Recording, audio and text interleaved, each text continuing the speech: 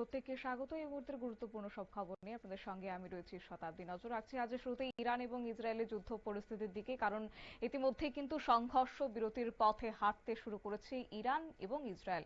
মধ্যস্থতায় এই মুহূর্তে ট্রাম্প রয়েছে। এছাড়াও মঙ্গলবারই যুদ্ধ শেষ হওয়ার একটা ইঙ্গিত কিন্তু মিলে গেছে। নিজের এক্স হ্যান্ডেলে এই মুহূর্তে পোস্ট করেছেন মার্কিন প্রেসিডেন্ট, ইরান ইসরায়েলের সম্পূর্ণ সংঘর্ষ বিরতিতে রাজি, যুদ্ধ শেষের ঘোষণা দিয়েছে এই মুহূর্তে ট্রাম্প। যাবো বিস্তারিত, আমাদের সঙ্গে যুক্ত হয়ে গেছে প্রতিনিধি সৌম্য মুখার্জি। সৌম্য, কি জানতে পারছো? দেখো, মঙ্গলবার ভোর রাতেই মার্কিন প্রেসিডেন্ট ডোনাল্ড ট্রাম্প প্রথমে টুইট করে তার দাবি করেন যে ইরান ও ইসরায়েলের মধ্যে সংঘর্ষ বিরতি হচ্ছে। এই বিষয়ে দুটো দেশই রাজি হয়েছে বলে তিনি দাবি করেন। বিস্তারিতভাবে যেটা জানা যায় যে মার্কিন প্রেসিডেন্ট ডোনাল্ড ট্রাম্পই কাতারকে অনুরোধ করেছিল, কাতারের আমিরকে, যে ইরান ও ইসরায়েলের যুদ্ধ থামানোর জন্য। তারপরেই কাতারের প্রধানমন্ত্রী ইরানের শীর্ষ কর্তাদের সাথে কথাবার্তা বলেন। পাশাপাশি মার্কিন ভাইস প্রেসিডেন্ট জেডি ভান্স, বিদেশমন্ত্রী মার্ক রুবিও ও আমেরিকার বিশেষ দূত স্টিভ উইটকফ এরা নিয়মিত ইরানের সাথে কথা চালিয়ে যাচ্ছিলেন।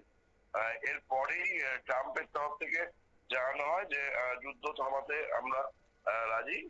শুধু নেতানিয়াহুর সাথে তিনি বৈঠক করতে চেয়েছিলেন। তারপরেই ট্রাম্পের তরফ থেকে এই নিয়ে মোট 3টে টুইট করা হয় যে ভারতীয় সময় সকাল 9:30 থেকে যুদ্ধবিরতি শুরু হবে। ইরান প্রথমে 12 ঘন্টা যুদ্ধবিরতি পালন করবে, তার পরবর্তী 12 ঘন্টা ইসরায়েল পালন করবে। তারপরেই 24 ঘন্টার মধ্যেই দুটো দেশ যুদ্ধ পুরোপুরি থামিয়ে দেবে। এর পরপরই অবশ্য দেখা যায় যে ইরানের তরফ থেকে ট্রাম্পের এই দাবিকে অস্বীকার করা হয় যে এরকম কোন চুক্তি ইসরায়েলের সাথে ইরান তাদের সাথে হয়নি বলে দাবি করে। এবং তার পরপরই তারা আরো বেশ কিছু মিসাইল ইসরায়েল লক্ষ্য করে ছোড়ে। তার ফলে ইসরায়েলে প্রায় 9 জনের মতো মৃত্যু হয়েছে বলে জানা গেছে। কিন্তু তারপরে কিছুক্ষণের মধ্যেই ইরানের তরফ থেকে আবার ঘোষণা করা হয় যে তারা মার্কিন প্রেসিডেন্টের দাবি মেনে সকাল 9:30 থেকে সংঘর্ষ বিরতি যাচ্ছে। যদিও কিছু খবর পাচ্ছে আন্তর্জাতিক সংবাদ মাধ্যম মারফতে যে এখনো পর্যন্ত দুই দেশ একে অপরের বিরুদ্ধে ক্ষেপণাস্ত্র ছুটছে। ইতিমধ্যেই ইরানেরও কিছু লোকের মৃত্যু হয়েছে এবং ইসরায়েলেরও কিছু লোকের মৃত্যু হয়েছে।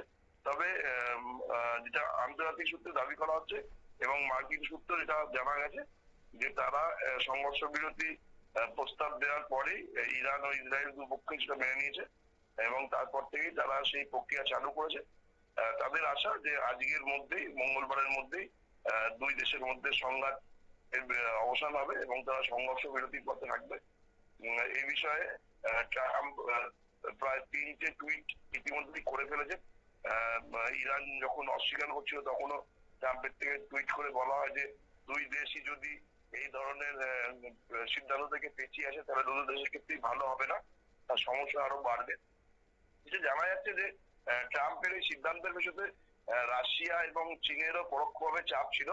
কারণ আমেরিকা ইরানের 3টে পরমাণু কেন্দ্রে হামলা করার পর থেকেই রাশিয়া মুখ খুলেছিল। পুতিন পরিষ্কার বলেছিল যে এইভাবে সামরিক মধ্যস্থতা করে এই ধরনের সংঘাতের অবসান হবে না, এখান থেকে অন্য রকম পথ খুঁজে এই সংঘর্ষ বিরতির পথে হাঁটতে হবে। তারপর থেকেই আমেরিকা নরম সুর হয়ে গেছিল।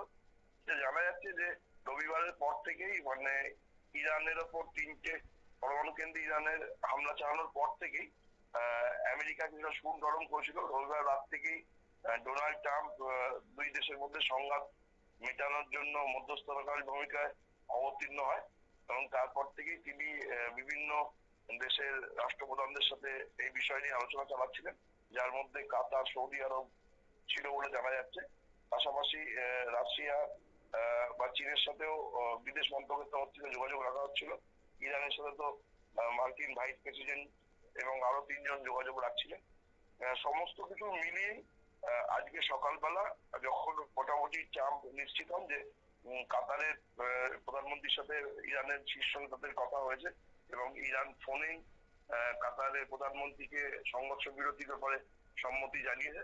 তারপরেই ট্রাম্প টুইট করেন পরপর 3খানা এবং বর্তমানে যেটা জানা যাচ্ছে যে দুই দেশই সরকারিভাবে না হলেও দু দেশের সংবাদ মাধ্যমেই সংঘর্ষ বিরতির ব্যাপারটা স্বীকার করে নিয়েছে। তবুও এখনো পর্যন্ত একে অপরের প্রতি মিসাইল হামলা চালিয়ে যাচ্ছে।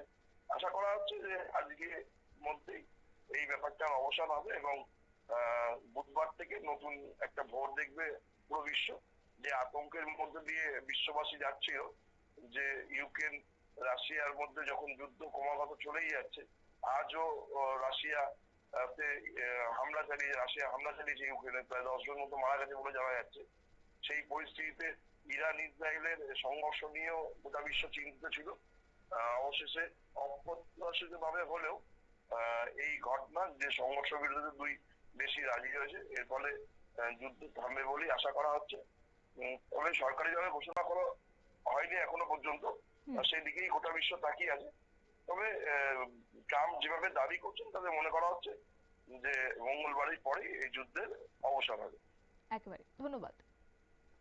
অর্থাৎ ইরান ইসরায়েল সংঘর্ষ বিরতিতে এই মুহূর্তে রাজি হয়েছে। মঙ্গলবার ভোর রাতে চাঞ্চল্যকর দাবি করেছে মার্কিন প্রেসিডেন্ট ডোনাল্ড ট্রাম্প।